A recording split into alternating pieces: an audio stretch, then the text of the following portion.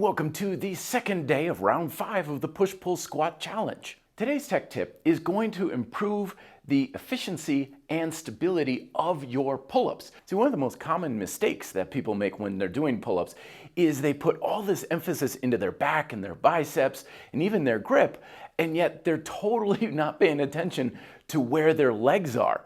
That's why the tech tip for today is to keep your feet together if you're doing full hanging pull-ups, and keep your legs relatively straight, especially as you ascend to the top of the pull-up. This may not always be possible, depending if your pull-up apparatus is so low that you have to bend your knees when you're starting out, but do keep control over your legs, and you're not swinging them forward, you're not kicking them around, and you're also not moving each foot independently from one another, which can compromise your stability. Furthermore, pay attention to how you're managing the forward compensation of the pull-up. Because naturally, when you do a pull-up, your body is coming behind your hands, which is your anchoring point. So in order to maintain equilibrium, some part of you needs to move forward at least a little bit, and this is almost always going to be especially your lower body. And there are two ways you can do this. The first is to keep your body relatively straight, so that way your whole body angles backwards, and you feel like you're turning it into almost an angled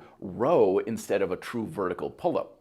And the second version is to slightly hinge at your hips so your legs are straighter out in front of you and your torso is more vertical. Both of them are perfectly fine, and fundamentally there's not really any difference between them, so use whichever one feels the strongest and most comfortable for you. And again, for the micro workout today, we're going to go in sets of 7, performing as many strong pull-ups as you can. Use weighted pull-ups if you prefer, especially if you can find 7 pull-ups to be relatively easy for you.